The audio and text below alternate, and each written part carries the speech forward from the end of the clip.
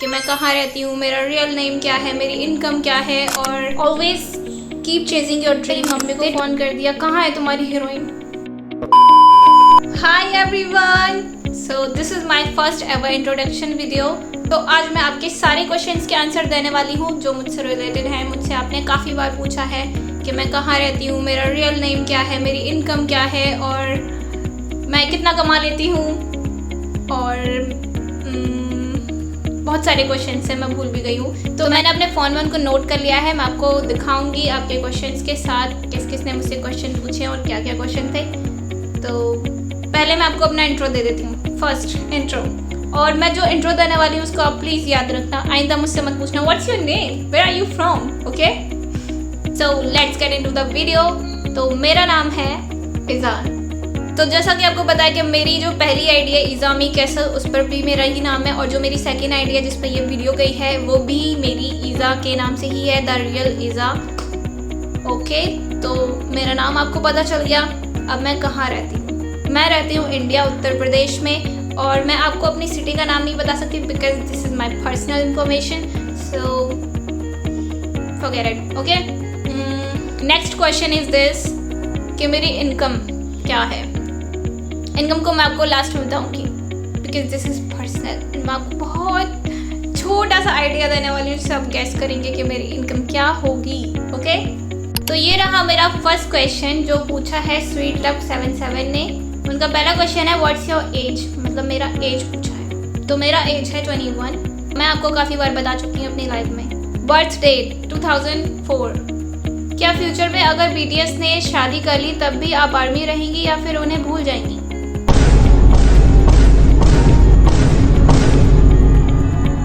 Course मैं army रहूंगी, वो हमारे आइडल हैं, इतना बड़ा कंट्रीब्यूट है उनका मेरी लाइफ में, तो मैं उन्हें कैसे भूल सकती हूँ भाई, वो हमारे आइडल हैं। शादी कर ली तो क्या उनकी लाइफ नहीं है? ओके, सो हम नेक्स्ट क्वेश्चन पे चलते हैं। उन्होंने पूछा मुझसे व्हाट्स योर फेवरेट फूड। तो फेवरेट फूड आलू का पराठा, पिज़्ज़ा, मेरा तो मुंह में पानी आ गया मुझे सारे ही खाने पसंद हैं, ओके। तो आपके सिबलिंग कितने हैं एंड आप छोटी हैं या बड़ी? हम 3 बहन भाई हैं, एक मेरे भाई बड़े हैं और मैं उनसे छोटी हूँ, फिर मुझसे छोटी मेरी बहन है, तो मैं उनसे बड़ी हूँ, ओके। मुझसे बड़े मेरे भाई, एक ही बात है हम 3 हैं। एंड नेक्स्ट क्वेश्चन, आप फेस रिवील कब करोगी? जब मेरे 10 मिलियन हो जाएंगे। अब आइंदा आप मुझसे कोई भी मुझसे क्वेश्चन नहीं पूछना कि मैं फेस रिवील कब करूँगी, okay okay. And next question and last question, आप जब बोर होती हैं तो क्या करती हैं? मैं जब बोर होती हूँ तो मैं सो जाती हूँ मुझे आपके वीडियोस एंड ब्लॉग बहुत पसंद है, एंड जो आप BTS की फनी शॉट बनाती हैं मुझे वो भी बहुत पसंद है। I love your edit and videos, मुझे आप भी बहुत पसंद है। आई purple you the.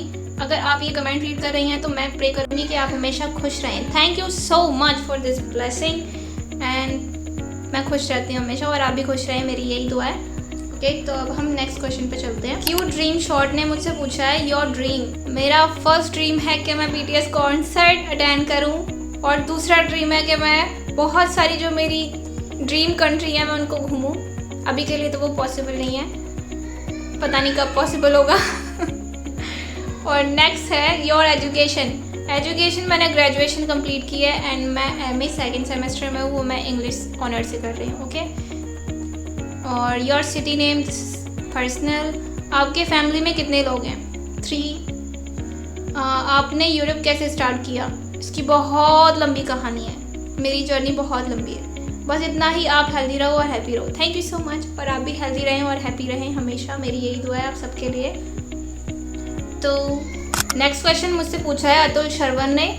Hi, I am just like your friend. मेरा क्वेश्चन ये था फर्स्ट कि जैसे कि अब न्यूज़ चल रही है कि 2028 में BTS इंडिया आ सकते हैं, तो क्या आप उन सबसे मिलने जाओगी?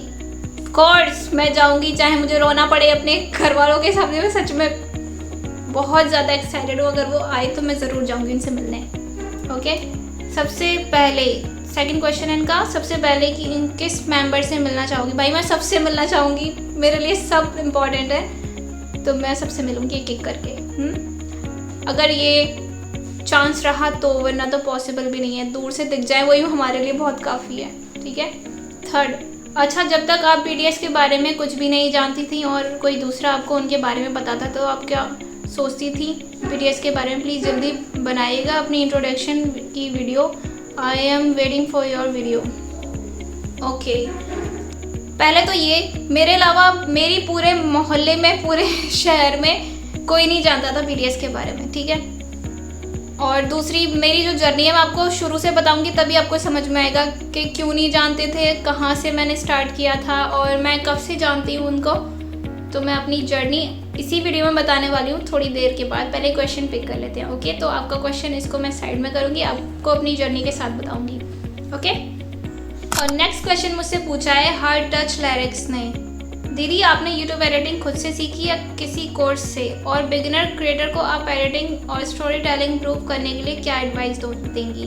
तो मैं आपको बताऊं, मैंने एडिटिंग खुद से सीखी थी वीडियोस देख देख के, और मैं बहुत छोटी सी थी, मुझे बहुत ज़्यादा चुल थी सीखने की। अगर मेरे सामने कोई चीज़ नहीं आ जाती थी तो मैं सोचती थी कि मुझे इसको सीखना है, मुझे कुछ भी करके इसको सीखना है। तो मैं सर्च करती थी हर जगह, कहाँ से सीखेंगे, कहाँ से मिलेगा, तो मैं उसको ढूंढ ढूंढ के सीखती थी। एडिटिंग मैंने ऐसे ही सीखी है। और आपका बिगिनर और क्रिएटर को आप एडिटिंग और स्टोरी टेलिंग इम्प्रूव करने के लिए क्या एडवाइस देंगी? तो मैं आपको यही एडवाइस दूंगी, आप कोशिश करते रहें, अच्छी अच्छी स्टोरी लिखिए, उसमें अच्छे मैं तो कहूँगी कि आप सिर्फ फ़नी कंटेंट पे फोकस करें, क्योंकि जो इंसान होते हैं वो सिर्फ हमारे यहाँ वीडियोस देखने के लिए आते हैं, अपना मूड फ्रेश करने के लिए। ये नहीं कि कोई स्टोरी चला दी, कुछ सीरियस चला दिया तो वो इंसान उसको स्किप कर देते हैं। तो आप फ़नी कंटेंट पे फोकस करें एंड अच्छी स्क्रिप्ट लिखें, और आप देखें कि आपके जो सब्सक्राइबर हैं वो आपसे रिलेट कर रहे हैं या नहीं। ओके, और मैं कहूँगी कभी गिव अप मत करना। अगर आपके व्यूज़ कम आ रहे हैं, आपकी वीडियोस अच्छी नहीं चल रही, तो एक टाइम तक ऐसा मेरे साथ भी हुआ था, बहुत बार हुआ था। इनफैक्ट 1 साल तक मैंने इसको फेस किया था, तब जाके मेरा ये ग्रोथ हुआ है। तो यार मैं आपको बस यही कहूँगी, आप गिव अप मत करना और अच्छी स्टोरी आप लिखते रहना, बनाते रहना videos. So keep it up. Next question पूछा है मुझसे जैल हुरैरा ने। आप सिंगल हो, आपकी एज क्या है, BTS को कब देखा था, आपका रियल नेम क्या है, ये है या कुछ और? तो मैं सिंगल ही हूँ भाई, मेरी शादी नहीं हुई अभी, और फालतू के फजीतों में नहीं फंसती मैं। मैं बहुत ज़्यादा स्ट्रेट फॉरवर्ड हूँ, तो मैं आपसे यही कहूँगी कि आप भी ना फंसें। ओके, ये चीज़ें अभी करने के लिए नहीं है, आप अपने पहले एजुकेशन पर फोकस करें, अपने करियर पर फोकस करें, उसके बाद आपके घर वाले जो डिसाइड करें अरेंज मैरिज करने के लिए, उसको आप एक्सेप्ट करें। ओके, और नेक्स्ट क्वेश्चन मुझसे पूछा है, प्लीज़ पिक माई क्वेश्चन। उनका नाम है Jashan Bhinder 8946। Sorry to mispronounce your name, मुझे समझ नहीं आ रहा आपका आईडी नेम क्या है। तो हम क्वेश्चन पे फोकस करते हैं। प्लीज़ पिक माई क्वेश्चन, आप एडिटिंग के लिए BTS मेंबर की क्लिप्स कहाँ से लेते हो, एंड आपका चैनल मोनेटाइज हो गया क्या विदाउट कॉपीराइट रिस्क? इसका क्वेश्चन का आंसर ज़रूर देना प्लीज़। तो एडिटिंग के लिए जो मैं क्लिप्स लेती हूँ, वीडियोस लेती हूँ, वो मैं Pinterest से लेती हूँ, एंड मेरा चैनल मोनेटाइज हो चुका है, उस काफ़ी टाइम हो गया उसको मोनेटाइज हुए। एंड दूसरा विदाउट रिस्क हुआ है जी। तो मेरी सोशल मीडिया जर्नी स्टार्ट हुई थी फेसबुक से। उस टाइम मुझे फेसबुक के बारे में, सोशल मीडिया के बारे में ज़्यादा कुछ पता नहीं था, मैं छोटी थी। बस मुझे इतना पता था कि मुझे फ़ोटोज़ खींचना पसंद है और उन्हें पोस्ट कर देती थी मैं फेसबुक पर। और सच बताऊं, जब मेरी फ़ोटोज़ लोग देखते थे, तारीफ़ करते थे, तो मुझे बहुत अच्छा लगता था।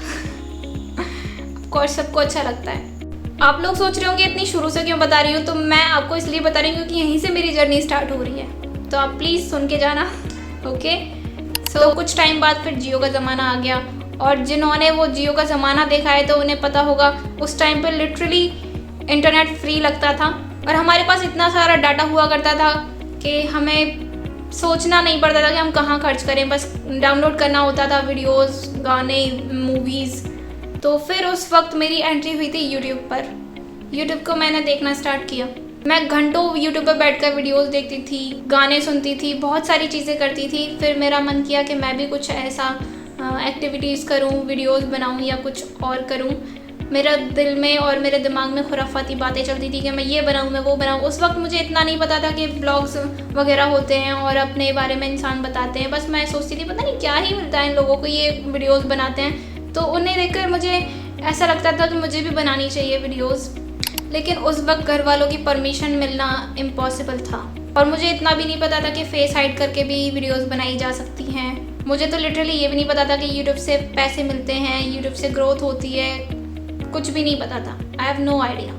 फिर एक दिन मेरी फीड पर एक लड़का आया, वो ऐसा लगता था जैसे कार्टून कैरेक्टर ह्यूमन डॉल होता है, ऐसा था। कोई एनिमेटेड है, जैसे कार्टून में एनिमेटेड आते थे ना पहले, तो हमें ये भी नहीं पता था एनिमेटेड होते हैं, तो मैंने उसको स्किप कर दिया। मुझे इतना भी नहीं पता था कोई कोरिया नाम का देश भी एग्जिस्ट करता है दुनिया में, नहीं पता था मुझे। तो आप बिलीव नहीं करेंगे, मैंने उसको स्किप कर दिया।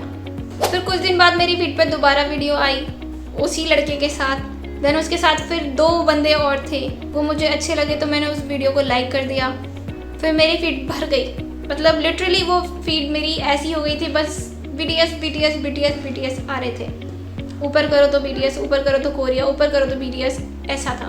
लिटरली ऐसा था कि मेरी फीड ने डिसाइड कर लिया था कि मुझे बस अब इन्हीं की वीडियो देखनी है।